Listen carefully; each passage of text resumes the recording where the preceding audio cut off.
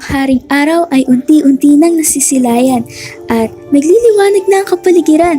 Sa aking mga mata, aking natatanaw ang taglay nitong liwanag na siyang gumigising sa natutulog kong diwa. Tumatakbo sa luntian ng kawalan at patuloy na nangangarap. Hihiga sa damuhan at dadamhin ng init na dumadampi sa aking balat. Habang ito ay mas nagliliwanag, mas lumilinaw ang pag-asang dulot nito sa akin. Ngunit, paano mo nga ba makakamtan ng iyong mithiin kung katulad ng nagniningning na araw ay hindi ito kayang abutin ng iyong munting mga kamay?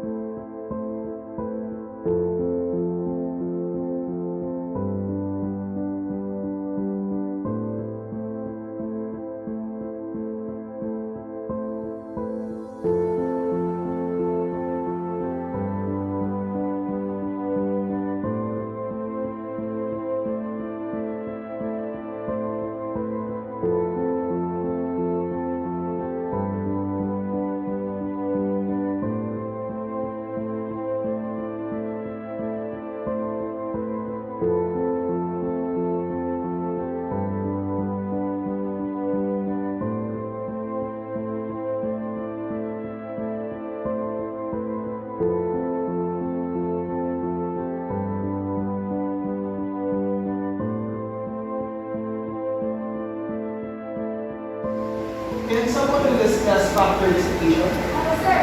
Yes. Para sa inyo, ano ang kahalagahan ng ilang mass? Ako, sir. Yes.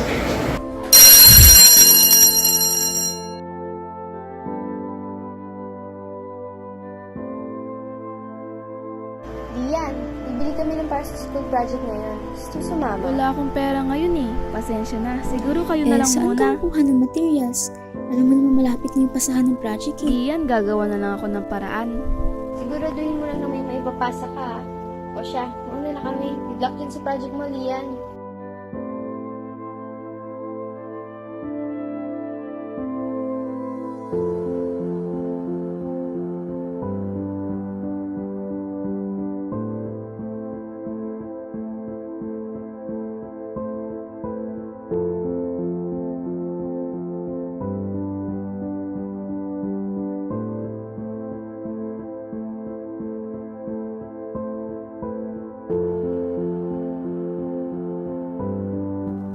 Tay, mano po. Salamat sa paggawa ng mga gawain. Alam kong mahirap ang araw na to. Okay lang po. Natutuwa akong nakakatulong ako. Nag-aalala lang ako sa bukid. Lumalala na ang tagtuyot. At hindi ko alam kung hanggang kailan tayo magpapatuloy. Aalamin natin to, Tay. Huwag kang mawala ng pag-asa. Salamat na. Kailangan ko marinig yan.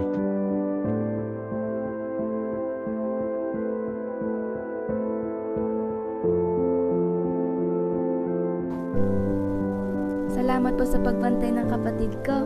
Ayos lang, pero sa susunod hindi ko na maalagaan pa yung kapatid mo, ha? At marami na rin ako inaasikaso rito sa bahay. Pasensya na po talaga at salamat.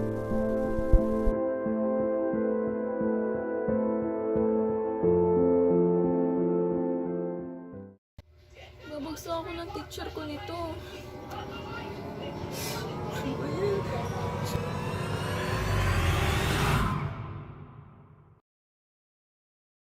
Maaabot ko ba?